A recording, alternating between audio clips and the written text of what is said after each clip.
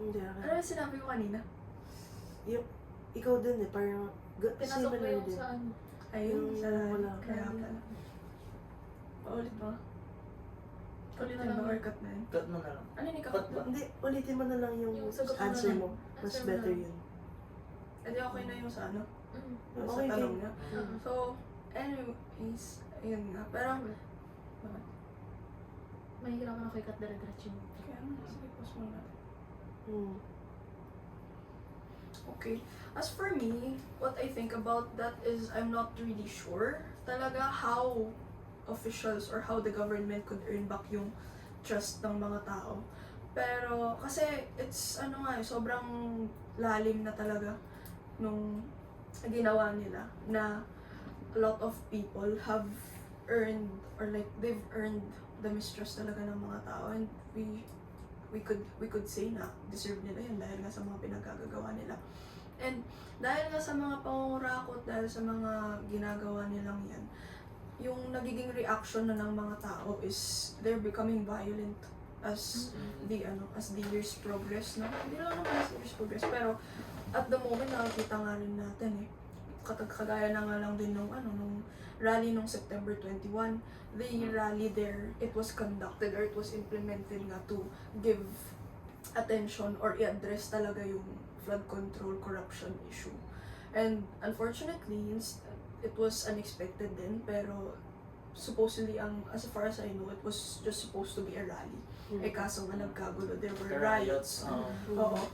Pero, in my opinion, that just goes to show na it's a different topic, of course, to unpack, pero what I could say about what happened or what transpired no September 21 is it's a testament of kung gaano na nga kalalim din yung mistrust ng mga ng tao or ng taong bayan rather sa government. So, given that talaga, taking that into consideration, sobrang mahihirapan na ang mga opisyal natin na ibalik yung tiwala ng taong bayan. I agree with that. Kasi yun nga, once trust is broken, mahirap na talaga ibalik. It will never go back sa kung paano siya before. So, pero I think, siguro parang pampalubag loob sa mga tao or mapakalm sila ng onte. Hindi na nila makuha yung trust eh. Mahirap na talaga. Pero, siguro baby steps, if ever, Gradual, na no? sobrang gradual na talagang may actions na, kunyari, here, yung minention ko kanina na nasa Senate hearings lang, siguro dali na sa actual court, yung talagang may makukulong for the crimes they've committed, yung may accountability and all. And talagang, yun yung number one step siguro talaga.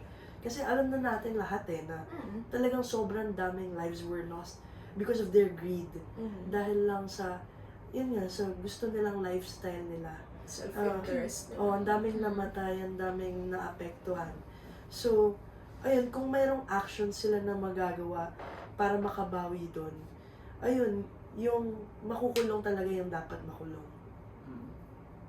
So, for me nag-agree ako sa kanilang dalawa, pero parang hindi kasi enough na yung take accountability lang sa lahat ng nangyari, since sabi nga niya kanina, ang dami nang namatay, tapos ang daming naapektuhan, like millions na, or actually kahit naman hindi tayo nandun sa mismong calamity or hindi tayo nakaranas ng flood, pero at least alam natin na perwisyo tayo din. In one way or Oo, another. oo. Quality of life din. Like, aside for taking accountability of the injustices na nangyayari and the corruption, I think the government should also be transparent, lalo na when it comes to taxes ng mga Pilipino. And aside from that, while ongoing pa yung case, like, while nag-undergo pa tayo ng mga investigations para malaman kung ano ba talagang nangyari sa flood control project na yun, sa Ghost project na yun, I think tama din yung sigaw nila sa rally na ibalik nyo muna ang pera ng tao tapos hindi kami magbabayad ng tax. Kasi bayad kami ng bayad ng tax, saan na pupunta? The last time we checked, yung mga tax namin is ginamit nila for their lavish lifestyles, di ba? Like, ang ganda ng buhay niyo, tapos kami naghihirap dito. Pero, pera namin yung ginagamit nyo. We pay our tax, tapos kayo hindi, actually, di ba? Alam din naman natin na hindi lang nila ninanakaw yung tax ng bayan, hindi pa sila nagbabayad ng tax. Tax evasion is there. Oh, di ba? So, take accountability, be transparent, and of course, hindi mo naman mababalik yung trust eh. Hindi naman porket nag-sorry ka, gagawan ko ng paraan. It's okay. Kasi ano pa rin naman yung damage. The damage won't just disappear like that when you say sorry No. or when you take accountability. So, aside sa pagiging transparent, make use. Like, yung power nyo or yung connections nyo, well, nakaupo kayo sa position nyo, make use to that para magkaroon naman ng buhay yung Pilipinas. Like, Progress. hindi, like progress na, hindi lang naman tayo ganito eh.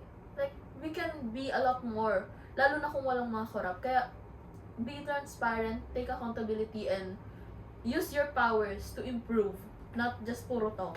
Like, make actions. I actually, Senator Bam Aquino, he was proposing, or hindi ko alam kung na-propose niya na formally, pero mayroon siyang yung blockchain something. Yung which is- blockchain for transparency. For transparency, which is kung ma-approve yun, sobrang ganda kasi everyone in the country can access it. And makikita natin kung saan talaga Saan nagagamit. napupunta yung I think ginagamit na yun right now ng Baguio ngayong term yung blockchain system na pinapose ni Bam. And I think gagamitin siguro nilang malaking proof din yung ginagawa ngayon yung gagawin niya sa Baguio na blockchain system na yan. For para mapalakas yung case na pinapropose niya. Saka aside from that, di ba may nag-propose din ng tax holiday? Something like that. Yung parang hindi daw tayo magbabayad ng tax for a week. I'm not sure. Pero parang may ganon, tax holiday. Pero I think, gets ko yung point nun. Pero parang hindi siya enough for me. Kasi, malaki pa rin yung nawala eh. Yung utang talaga Oo. ng gobyerno sa atin. Kasi, Actually, hindi lang sa Pilipino, kundi sa ibang bansa din. Mm. Nabaon din sa ang pero Pilipinas. lalong-lalo na, hindi lang kasi parang hindi lang naman usapang pera yung utang ng Oo. gobyerno sa Pilipino. Mm. Buhay yung Hindi mo na mababawi. ayun nga, kagaya na nabanggit, yung mga buhay na nawala, yung quality of life na nag-decline, na imbis sana nga na nakakaranas din tayo ng Free Hawa. healthcare. Oo, totoo. Hindi na nga, sobrang, everything is almost inaccessible to us, which is hindi nga dapat. Mm. Mm. I would like to know din yung stance ng guest speaker natin na si Dan, no? So, Dan, take it away.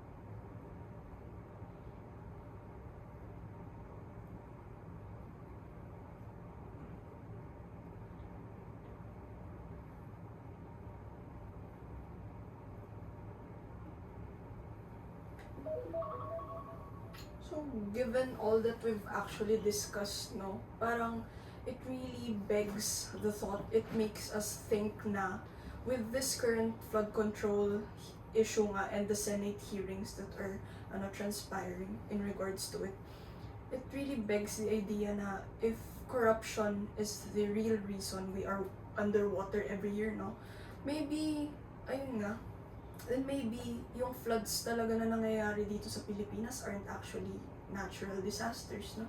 So, perhaps they are man-made. No? Mm.